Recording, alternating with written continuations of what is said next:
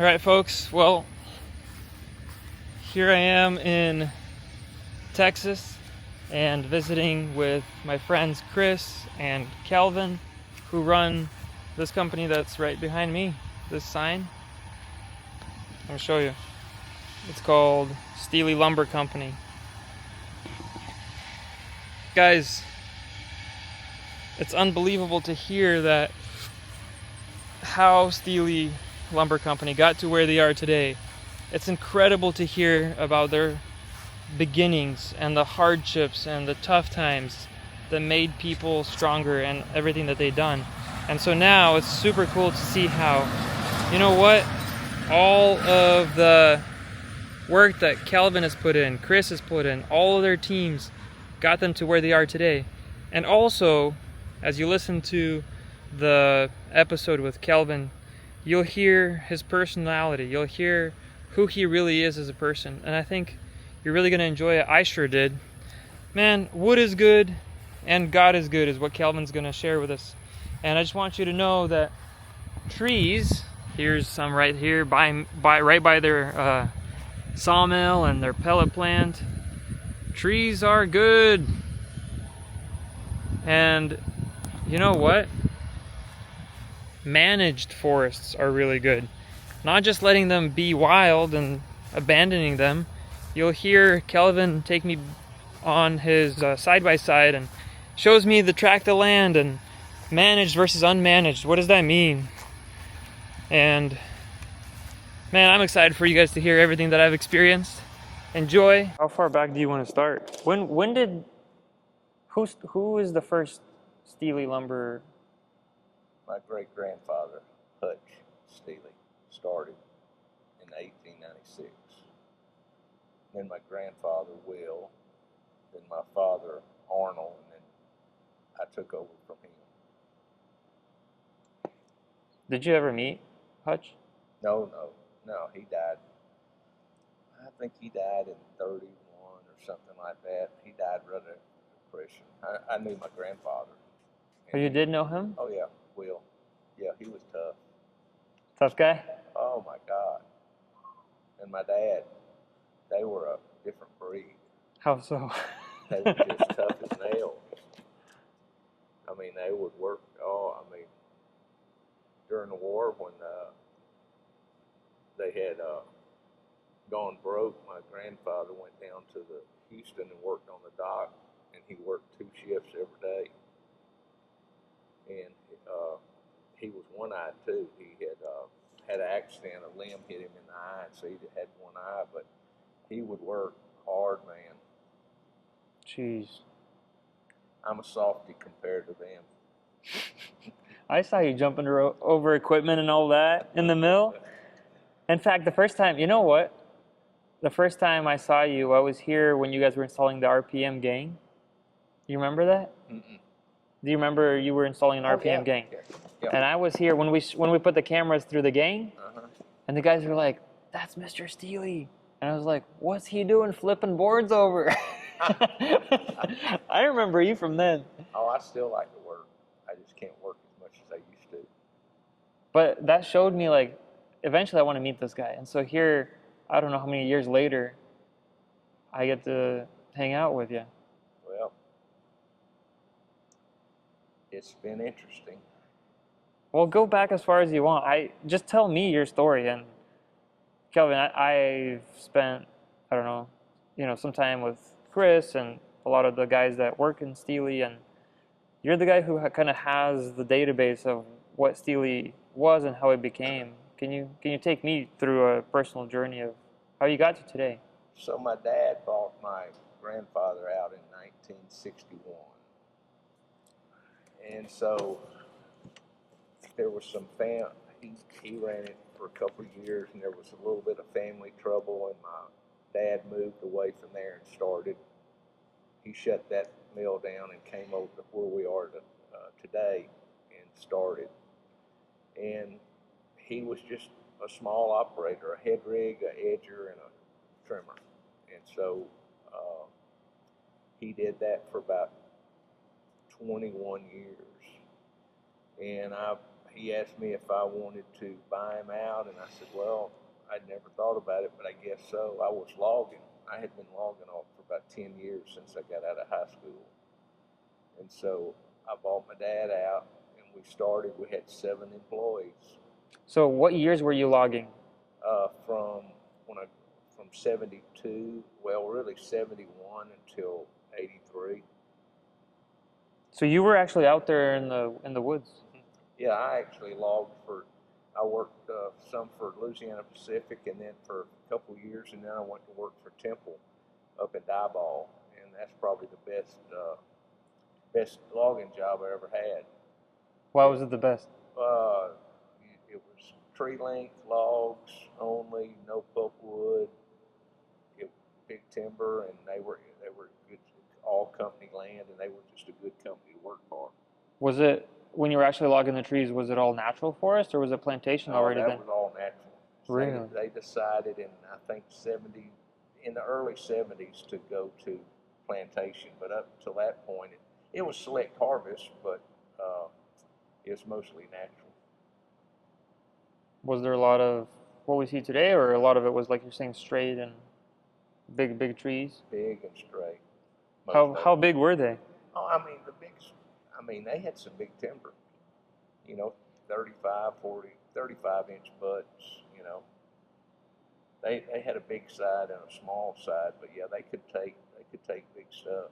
And it wasn't all that big, but there were some tracks that had really big timber on it. But a lot of 20 and 22s and stuff like that, diameter. That's super cool. Put probably 15 to 25 logs on or something like that, tree length, and you'd have a load. And those were pine? Yes. Southern yellow pine? Yep, all pine. And Temple had lots of land. They had about over 1 million acres then.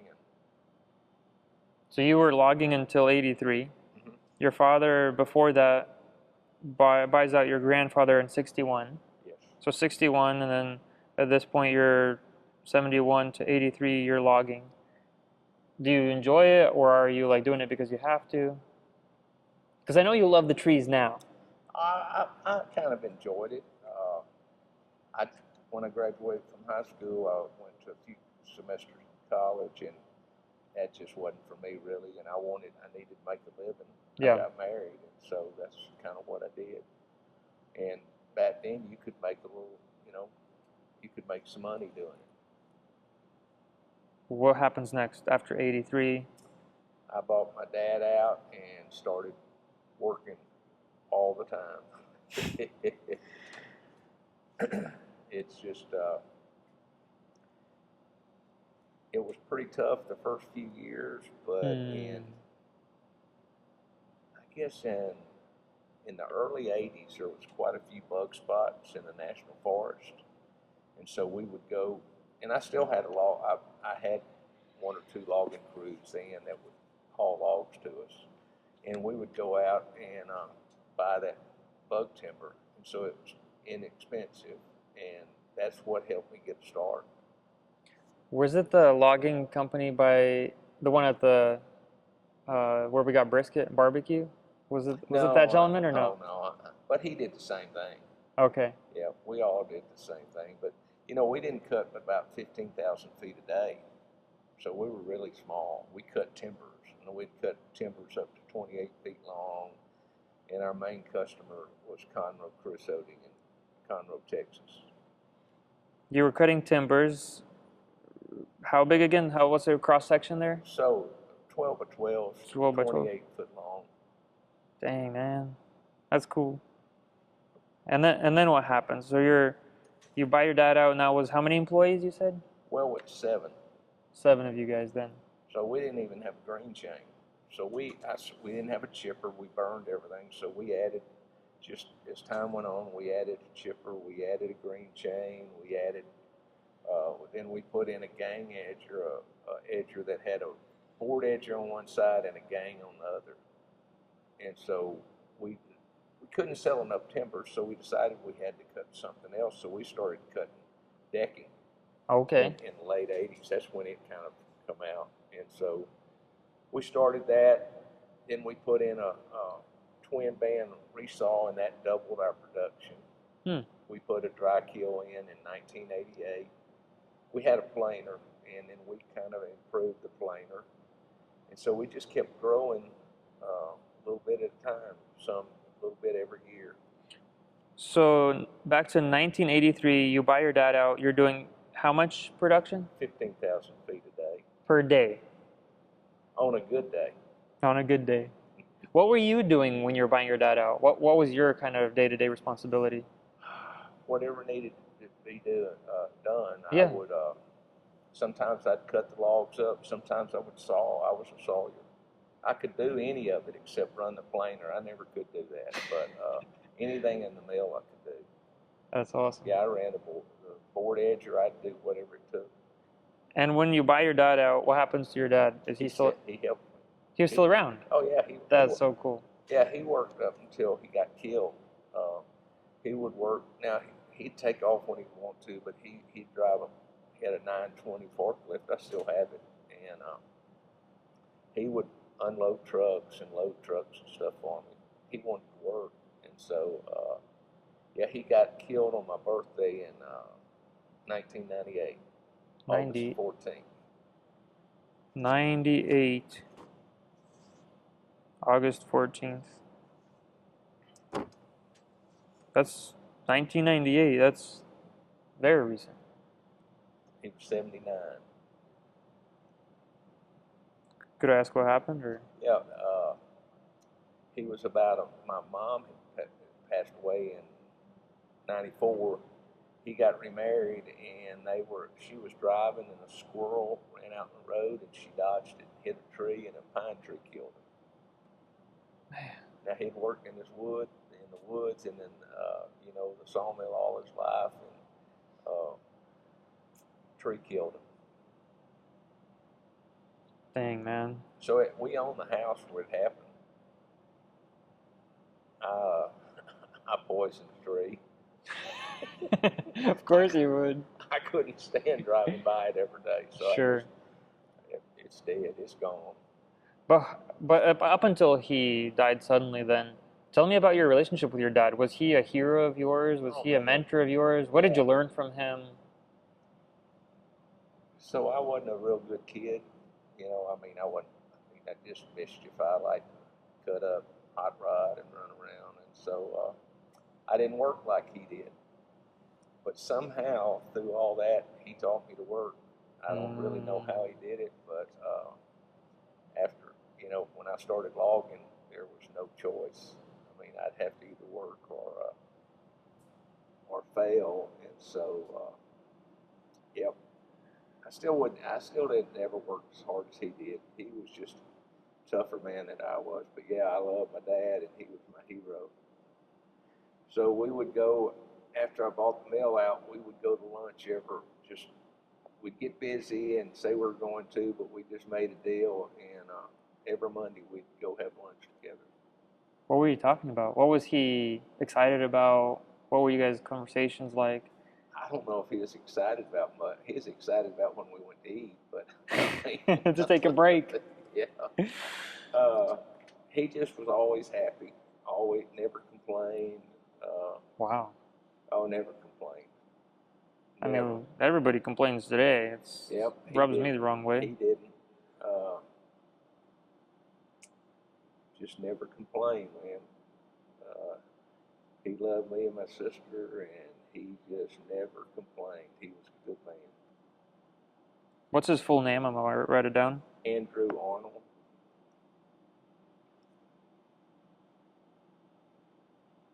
Steely. Yes. So there's a funny story about my dad during the Depression, when they had lost the sawmill, they moved down to Cold Springs for I really don't know how long, but they were Baptist, and they got caught playing 42, so they got excommunicated out of the church, Baptist church. So years later, he really stayed a Baptist. He went to one out on 190, but anyway, they moved back up here and went to the Baptist church, and the day before he died. I think it was a Thursday. He played 42 with a Baptist minister and some other his friends, you know. So I just thought that was kind of ironic. And he's playing cards, right? 42 is Dominoes. dominoes. Yeah. Wait, he got communicated for playing dominoes? Oh yes. That wasn't the card game even. So that was in like in the 30s. Dang, man. That's a little bit ironic. Got kicked out. You couldn't have fun, or what was the reasoning? Do you know? I don't know, man. Well, you know, yeah, I think if you're a Christian back then, you weren't supposed to enjoy anything. You weren't supposed to have fun, I don't think. I don't know. All right. Man. So Dad worked hard, and you just by osmosis, by being around him all the time, you kind of picked up on that too. Just through osmosis, kind of. You know? Yeah. And the guy that he was playing, the preacher that he was playing 42, but it's one that did his service, buried him. Jeez. But it sounds like he had a full life, 79 years old. Yeah. He was in good health. He would have loved my grandkids. Oh, man, my kids. Well, my grandkids. He lived to love my kids. He loved Zach and Ashley, and he would take them out. He always had a garden. I guess if that one thing he liked, but he loved having a garden. What was he planting? Anything. Trees? No. Potatoes, corn, peas, okra, anything. I love it. Yep. We always had cows, so we'd have beef to eat. Still have cows. So if times get hard, we'll have something to eat. I love that. Yep. You can live off the land. We can. So are those qualities that you learned from them? From your dad and your grandfather? Yep. Wow. So they had it a lot tougher than I did. I mean, I had he didn't make it easy, but he helped me. He helped me a lot to get started, and he worked. He would do anything to help me succeed. And when he bought my granddad out, there was nobody hardly helping him. He did it. Him and my mom. Just did it themselves. Yep. My mom worked at the mill with him. And you're the only sibling, or do you have any siblings? No, I have a sister. Oh, okay. She's older than me. Oh, okay. Were you both helping them too at the time, or you were just small? No, I was too small. I helped some when I got older, but I didn't like it. So tell me, when is it the moment that today, as you and I were driving around and looking at all the pine trees, you love the trees, and so do I. So I didn't like the mill. But you like working in the woods. Oh, is that right? Yes. Yeah, but I mean, back then, it was just hard. And I just didn't like it. But I guess after 10 years of logging and seeing that I wasn't going to make much money, I mean, I made a good living, but yeah. I just decided we'd try something else. And so my father-in-law, when I bought the mill, he helped me. My dad helped me. John Fletcher with high-tech equipment in Arkansas, he helped me, and then Ronnie Paul with Louisiana Pacific. Ronnie Paul? Yep. Is LP. Are those gentlemen still around? John Fletcher's gone, but I guess that he told the guys that worked for him, they helped me for at least 10 years, 15 years after he died. Doug Tinsley and Russell Kennedy and several others of them. Wow. That's when I met your buddy with the edger. Ron McGehee? Yeah, at John Fletcher's funeral. That's so cool, man. So you've always liked the trees? Oh, yeah. Yep, I have, and I always thought that if we could get some land and grow some trees that we could do well, and we have. So the Lord has blessed us, and we were able to acquire some land, and probably 95% of the land we own has pine trees on it. 95% of the land? And it may around 95%. Yeah, a lot of it. A lot of it. maybe 90. I don't know, but a lot of our, if it'll grow pine trees, we've got to plant it.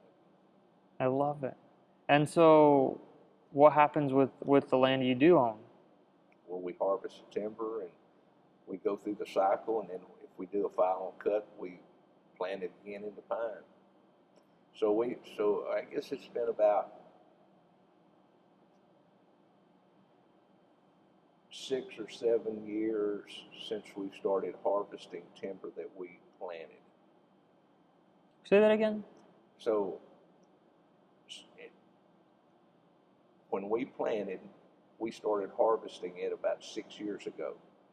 From today, 6 years ago. Yes. Oh, okay. But the first crop got ready to start harvesting, and so now we harvest every year, and we will continue. I mean, from now on.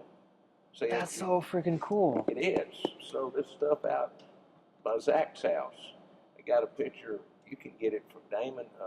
Damon or Chris. They've got a picture with them out there where we plowed it, planted it, and it just opened. And both of them out there standing. And you planted those in 2000, if I remember correctly. I think 99 or 2000. Yes. So in today's 2024, so 24 years of growth. And that's mature. We've cut it twice. You've thinned it out, kind of. Yes. And so now it's ready for a final harvest. No, see, what we probably want. So you have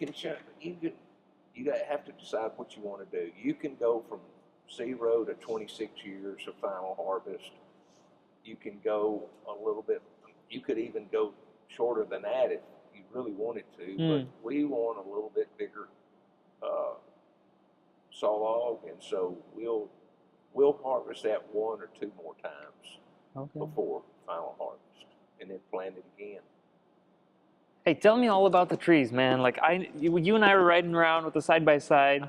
I want to hear all of it. Like, and I love how you were just able to simplify it for me, because, I mean, you know what I mean? Like, you were telling me about the canopy. You were telling me about okay, so like you were planting in 2000. Like, what were you thinking about as you were planting? I was thinking about it'd be really cool when we got to harvest that, and it is. But I mean, we plant it, it grows. We started doing different things. We actually plowed that, did furrows in it, and it helps get the seed. And we used improved seedlings, improved genetics, and so. And depending on the site index, you can thin it in 10 or 11 or 12 or 13 years, just and how much rainfall you get. But we usually do every 5th row and then thin in between a little bit the first time.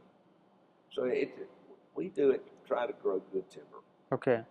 You want to make saw logs, right? Like the ones you can saw into boards and whatnot. And good. So some of the guys don't. They just want to get growth, and so they'll thin it heavier and cut it more often. But we do it a little bit longer on the rotation. Okay. Do you get any poles out of those? Not really, because see, if you sell your poles, that's your best trees. We're Sawmill. We want the best stuff. Yeah. No, we're not. I won't sell any poles. I won't say what they'll do in the future, but no, I never would do it.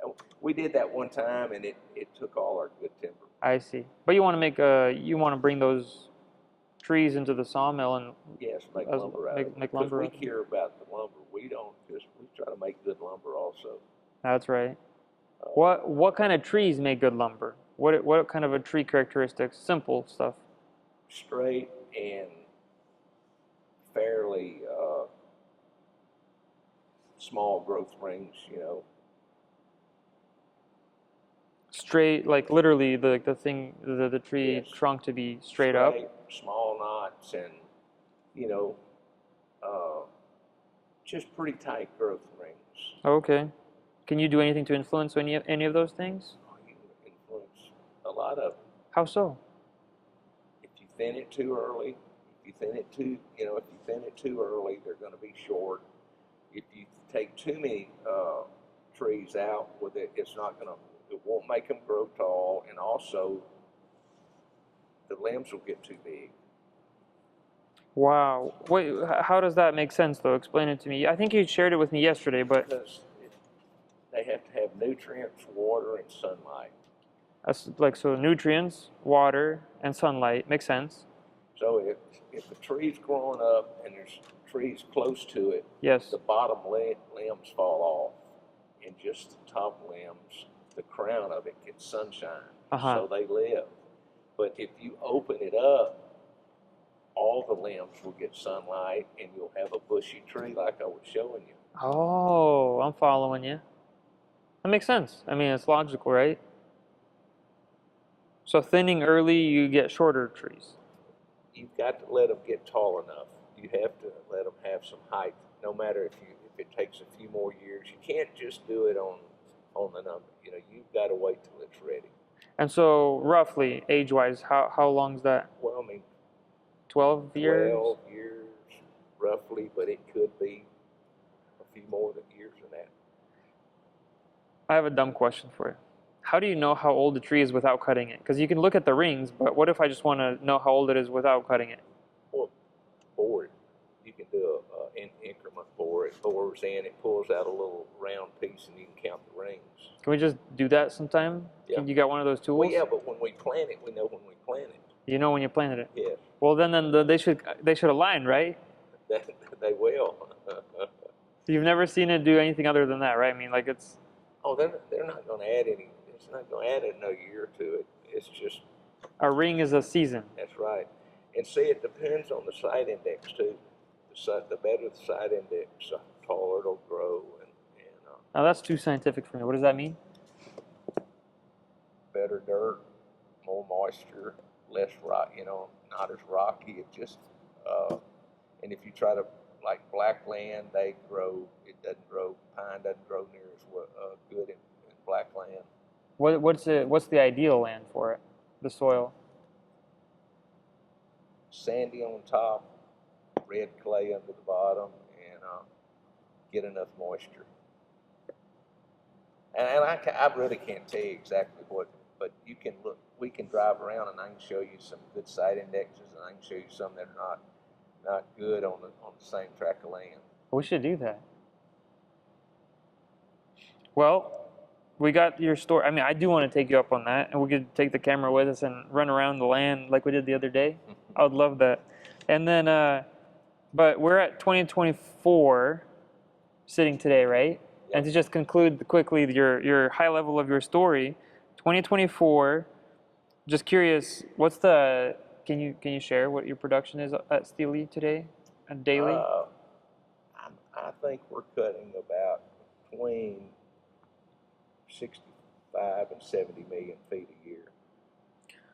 So 250 to 300, well, really 250 to 325 a day, something like that. Depends on the size of logs we cut. The market's bad right now, so we're cutting smaller logs and we don't get as much production. Okay, but like, just for round numbers, I'm just trying to compare it to 1983, Kelvin. Oh, it's a lot. Well, we cut about 300,000 feet a day now. 300,000. So that's 20 times, isn't it? Isn't that nuts? But our efficiency is so much better too. How so? Just like the RPM. The RPM gang is unbelievable. Why do you say that? Well, like, tell me more. So we used to cut a straight line, and we'd cut it with a head rig with a 1/4-inch saw curve, and with the saws and the edger were 250 thousandths. And there was nothing lined up, there was nothing optimized, and we just pushed them through. And now everything we have, every station we have is optimized. And we still have a head rig, and that's not real good recovery, but we have a resaw and then that gang edger, and there's not a better edger made than that. You like that gang? Oh, there's not one better at all, period. I love that gang, especially when we put the cameras through it. So it curves saws, it profiles. I mean, So you don't need an edger, right? You don't get your edgers backed up like that, or? The only thing we use an edger is from the sharp chain, the sideboards. We have to have an edger for that. Okay. But still, your edger load is reduced some? It is. Hmm. That's so cool. Kelvin, you went from 15,000 board feet a day when you bought your dad to 300,000 a day now. That's some incredible I think the best day we've ever had is 350. Dang, man. Is that because you were running it? No. You were out there running the controls. And... That's so cool, man. Hey, Kelvin, why is, like, I know you and I are, like, optimistic about the future, but, like, just quickly, like, why is everybody all doom and gloom? Aren't trees good for us? Just tell me about first of all, do you agree that trees are good? I love trees, and wood is good. Trees are good, yes. That's my message, man. And God is good. Agreed. So I can see where somebody that's not a believer, that doesn't believe in Jesus, could be doom and gloom, because if what they think, they've got nothing to look forward to. But I think that one of the reasons that we've been successful is God has blessed us, and well, I know He has. That's the only reason we're here. In 2008, 50% of the sawmills in the United States, 2008, 9, 10, about 50% of the mills went out of business. I mean, we were just a small mill. We made it. Man. So He's had His hand upon us. And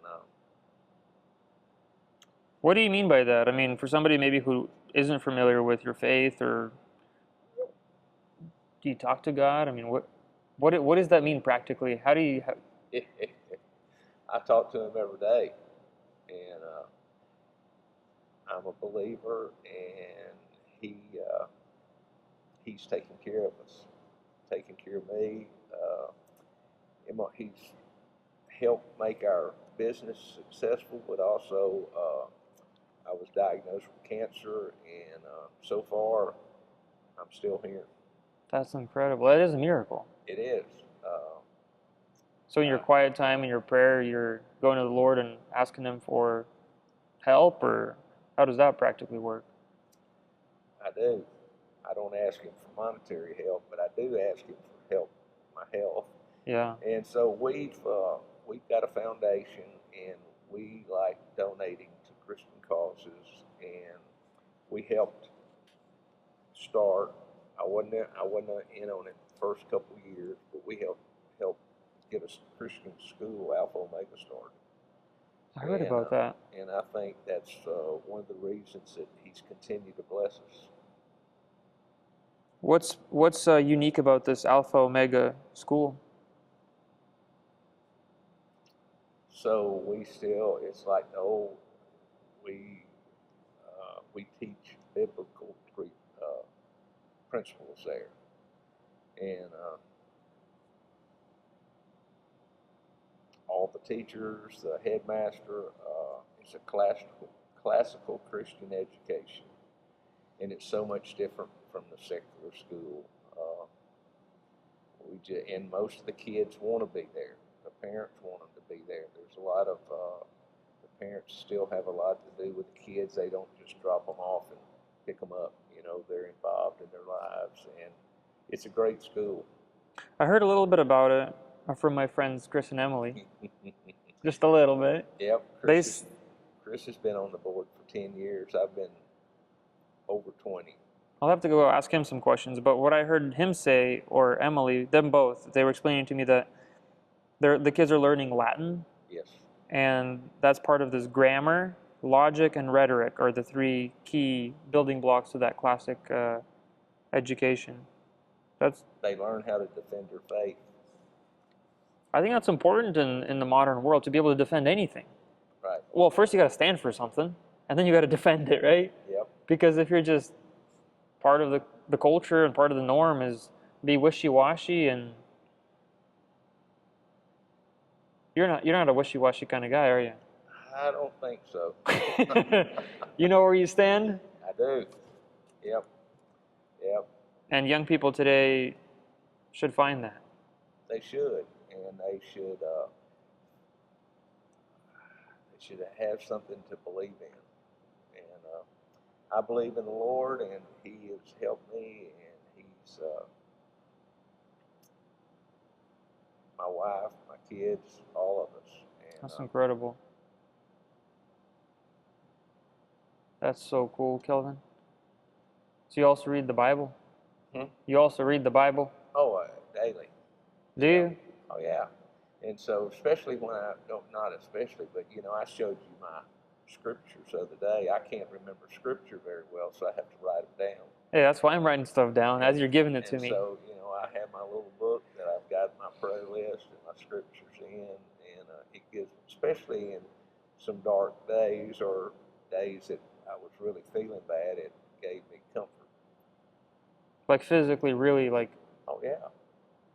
Yeah. So. Man, that's so cool. I was going to tell you something. I've already lost track. Well, we were talking about, you said, I wrote it down, God is good and wood is good, and then you started talking to me about how blessed you were in the foundation. So look at me, 15,000 feet. I had a couple $100,000 of debt in 1983. There's no way I should have what we have today. There's no way I could have done that without help. I had physical help from friends, but I had help from the Lord too. Do you think He gave you the wisdom that Proverbs talks about to make the right decisions and such? Yes. And I have made some bad decisions, but I've overcome them. And see, that's one thing too. Is my dad just taught me, just don't quit. Is that right? I was broke a couple of times, and I could have just given up, but I didn't. I mean, how does that even work? Like, you're at a dead end, it feels like, probably, in that situation. And I just keep going. I had a banker one time tell me I was like a big balloon with a slow leak, that I was never going to make it. And man, I thought, to hell with that. I'll do whatever it takes. Oh, man. That's so cool. I wish I could go find it now, but I can't. So that's probably better that I don't. So you say don't quit. That's the takeaway for our audience. Don't quit. No, just keep working. So you said God is good and wood is good. Why is wood good? Why do people need wood today? I mean, we're living in the modern age and 2024 today. So why do we still need wood, and why? Because it's plentiful. It's environmentally friendly. It's renewable. It's trees take in carbon dioxide and give us oxygen. It prevents flooding. I mean, there's when you have a forest, the water soaks into the ground instead of just all running down. It's just all good. I don't know anything bad about wood. I would agree. I love trees. It's just one of the resources God has given us to use, and we try to be good stewards of what He's given us. Hey, Kelvin, like, I go around the globe, right? I told you a little bit of my stories and stuff, but like when I go around the globe, people say, well, the guys who are doing the sawmilling or the guys who are logging, like, they dismiss us. They say that, oh, these are the bad guys. It's like, hold on a second. You're not seeing the full picture. This is a crop.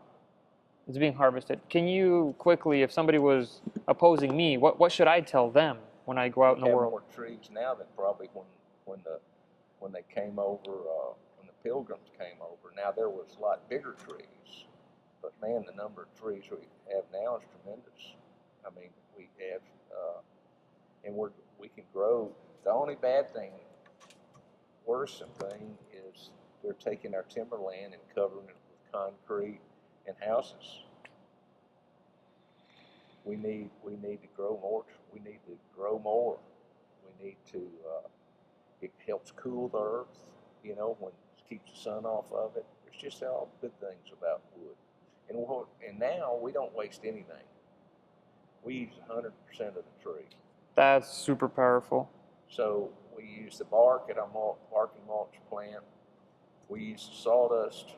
We dry the sawdust to make pellets. Yeah. Use pellets out of the shavings.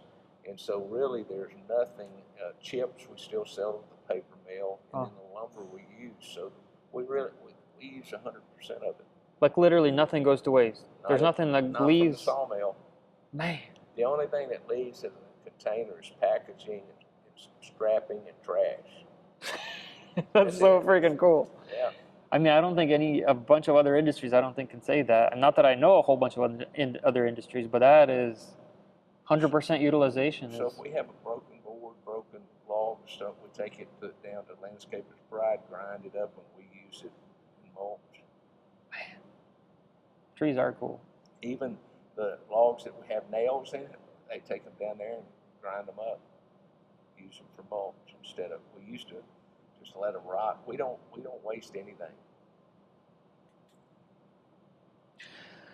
Kelvin, and like just to summarize and to kind of like, I do want to go take you up on the offer to go on your side by side, but give me and my business. I want to go and I want to improve the lives of people like yourself around the globe.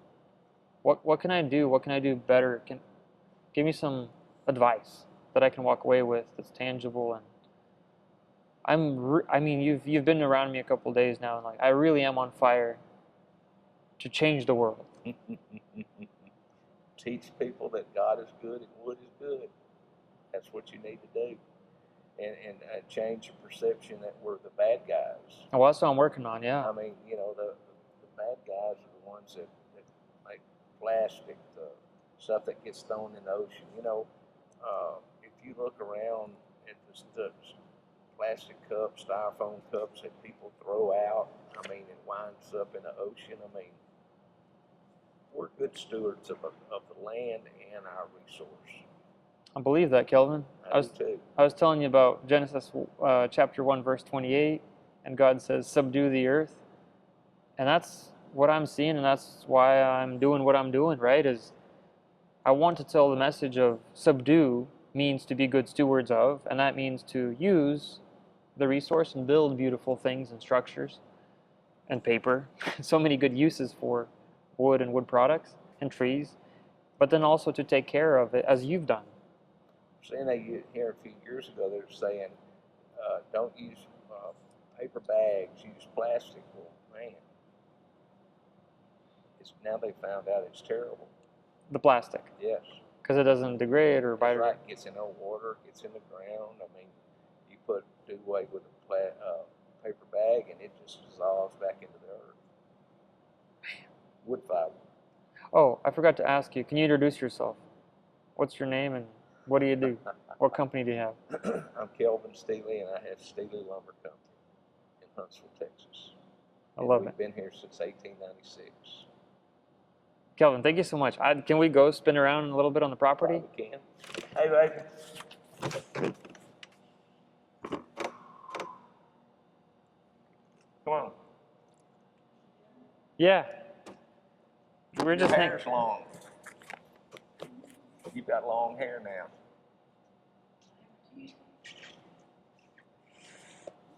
Kelvin was telling me about the trees and that God is good and wood is good. So did you know the sign we couldn't figure out what it was? Dairy Queen cone. Kelvin, what is all this? What are all these signs here? Minneapolis Moline tractors. Oh, show me some of those. Case tractors. Frigidaire, refrigerators, appliances, force and shoes. So you're a sign collector. That's why there's a whole bunch of signs here? Yes. It's so freaking cool. And the next time you come by, Lord willing, we'll have them hanging.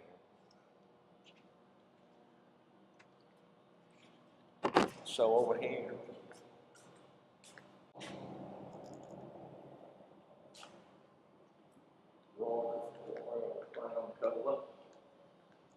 Union 76 gasoline, GE appliances. This is one of my favorites. Kelvinator. Kelvinator.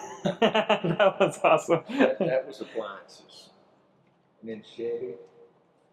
And then Standard Oil.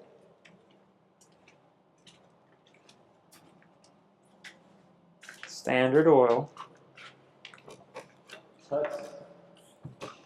You said the Hudson company is no longer around, right? So Kaiser Fraser, it's been out of business a long time.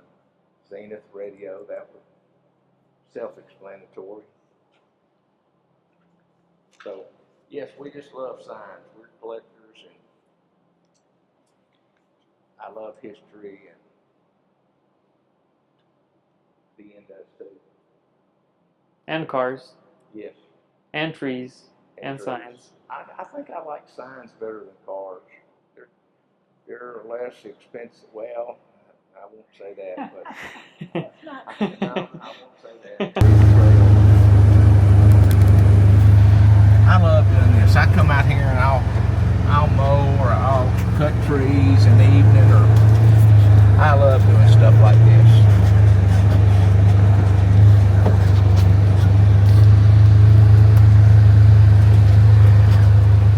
I love it too. So we're gonna be good friends. So how did you get, I guess, just working with wood? So that's amazing. So folks, I'm here in, where are we at? Huntsville, Texas. Okay, we're in Huntsville, Texas, and right behind me, you got a really clear differentiation right here. Look at this. This is unmanaged forest. Right behind me, you see all the debris and the brush and all that. And then look over on this side. This is what a managed forest looks like. How did I end up in the industry? Yeah, well, at 17 years old, I was graduating high school, and I loved math and science, so I wanted to pursue engineering. And I was already pursuing engineering at my college, getting college courses in math and science and such. And then at 17, I came across a Craigslist post, and they were looking for an engineering intern to build these 3D scanners for the sawmills. And I didn't know what a sawmill was or anything like that. I just said, hey, I love technology, I want to learn. And they interviewed me on a Friday afternoon, and they said, come back and you're starting on Monday. I said, okay. And I thought it was too good to be true, because I thought it was a scam. I thought it was like, there's no way somebody's going to pay me to do lasers and cameras and do all these cool things, right? Nothing ever been cut off of there. And you started with seedlings here, or how did No, this is all, that, and this was the same tract of land. Okay, and it was a natural forest. That's right, natural regeneration. Okay, so both of these actually started as a natural forest, and then we got this side has actually been harvested and managed and used, and look how beautiful it all looks there.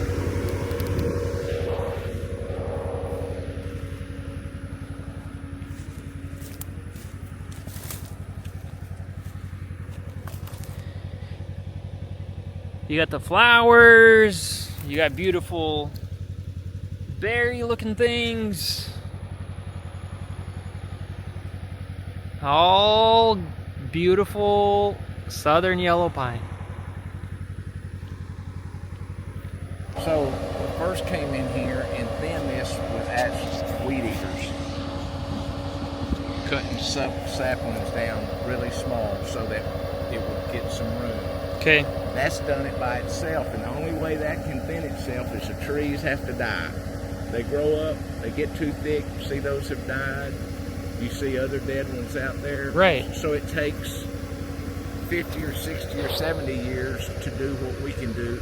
This has been done in about 25 years, maybe longer than that over there. So it speeds up what? The growth. Because the good ones have everything they need to grow better. So you gotta have water, nutrients, and sunlight. Yeah. So if you've got less trees, they get more of everything. Yeah. So that, see how thick it is still over there, and how small they are. Now they grow tall, but man, But they're skinny. They're skinny, and it takes years and years for them to die off. And they don't all die in the same place. We came through here, we've thinned this. We weeded it, they came in and thinned it. The government had a program. They came in and thinned it out manually, and then we've thinned this twice. So we've had 2 harvests, not a lot, but we've had 2 harvests off this. When the cone opens up, the seedlings fall out, the wind disperses them, and that's where the seedlings come from. But don't the critters eat them? Like birds will eat them and then poop them out? Squirrels, yeah. And then they poop them out somewhere else, kind of Not thing? on the pine. Not on pine? It has to come from the seedling. So sorry, once again, the pine drops a pine cone. Well, no, it's up in the tree. Yeah. And then it opens up like this. Yep. And there will be a little seed with a tail on it, kind of, so it can flutter and fly and spread out. Yeah. And that's what starts a pine tree. And then it just lands, and then what? Seedling pops up. But does it need or doesn't need fire? Well, the reason it needs fire is so if it lands on, it's gotta land on some dirt. Yeah. So it can't land on this much pine straw. It will never grow. It has to have dirt and moisture to sprout and then to go in the ground. But I'm just asking you, there's some kind of trees that need fire to come through and open the cone or something. No. Is it not so? Not Other this, yeah. That's out west. Okay. And I'm not sure what that is, but yes, not here. Okay, but the simple thing is a tree opens up the pine cone up there, and then it lets go, and then they flutter out. That's right. But what are we finding on the ground? These are. Not just the pine cone; it just fell off. But there's no seed in here anymore. No, they're all gone. And next year they'll put more cones on. So yeah, that's the part I didn't know. So the seed, that's why God gave him the little propeller to fly away. That's right, to flutter. And so sometimes you can see them fluttering in the air. I love it. Okay, I'm trying to process everything. I mean, it's super simple, but to explain it to other people, I need to understand it first for myself, you know?